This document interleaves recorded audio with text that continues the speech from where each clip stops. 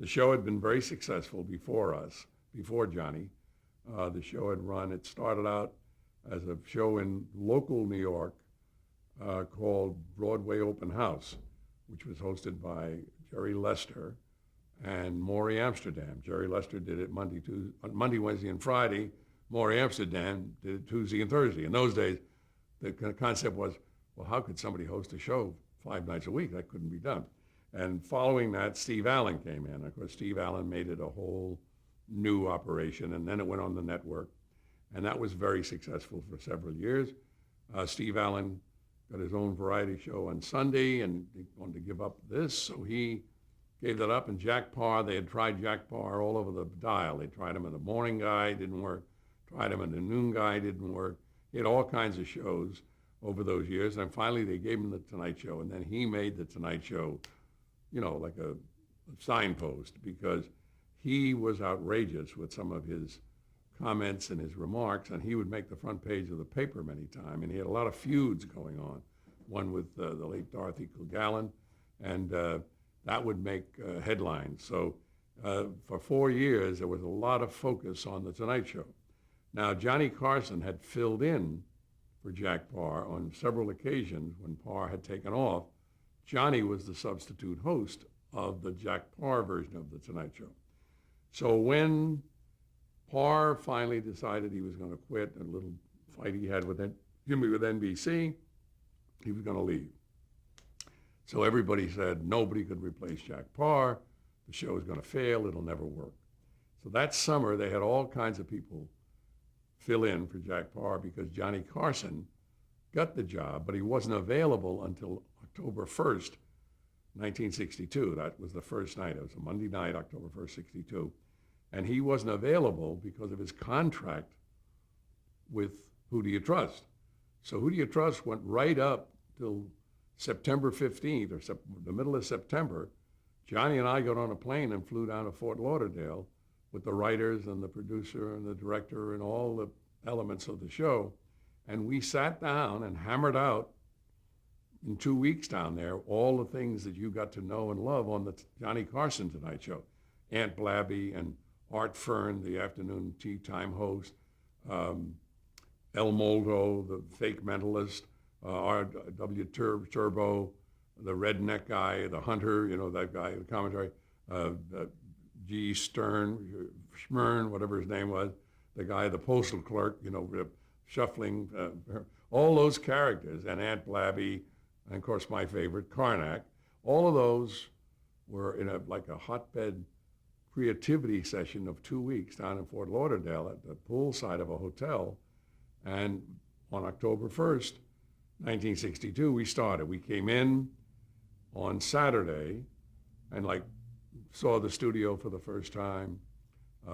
Johnny had been there before. I hadn't seen it before. And it was an old radio studio converted for television where Jack Paar was, 6A on the 6th floor. So we saw it on Saturday, and you'll be standing here, you'll be over there, the band is here, that kind of stuff. No real rehearsal per se. And then on Monday, we went down, and a very important line Johnny said to me on the way down. His office and complex was up on the 7th floor, and we were walking down from the 7th floor through the studio, the aisle of the studio where the seats were, down to the floor of the studio where the set was. So as we're walking down, I said, Johnny, how do you see my role down here tonight? We'd worked together on the Tonight Show, but now this was going to be a bigger thing. And Hugh Downs, who had been my predecessor with Paar, had made that a big, big deal. He was a very important part of that show, not just the announcer. So I was coming into those shoes. I was fulfilling that space. So I said to Johnny coming down, and here's a key for 30 years, I said, how do you see my role down here tonight? And he said, Ed, I don't even know how I see my own role. Let's just go down and entertain the hell out of them. And we walked down those stairs and talked a little bit, and that night we were on the air. Now, we had done some preparation because Joan Crawford was a guest. Now, to get Joan Crawford, Johnny had to go to her Park Avenue apartment and interview him himself. Now, normally he would not do that. Somebody else would we had talent coordinators, they're called, who interview the guests. Because Johnny didn't want to leave the interview in the hall. He didn't want to talk to the people before it was on the air. He wanted to see them. He wouldn't even see them before they were on the air. We were on the air. So that's how he liked to do that show. Leno now is totally different. He drops in on everybody. He goes out and warms up the audience. If it's a hot day, brings lemonade out to the crowd waiting to come in. So he does it completely different. But Johnny's attitude was he wanted to see them on the air and have it fresh and brand new and new for him as well. But he made an exception to get Joan Crawford. So that lineup that first night was pretty impressive. Joan Crawford, Rudy Valley, Mel Brooks, Tony Bennett, Groucho Marx. That's quite a lineup for an opening show, but we weren't taking any chances. How did you first introduce him? The first time I introduced him, I'd come up with that gimmick of the hears, elongating the hears. I thought of that afternoon.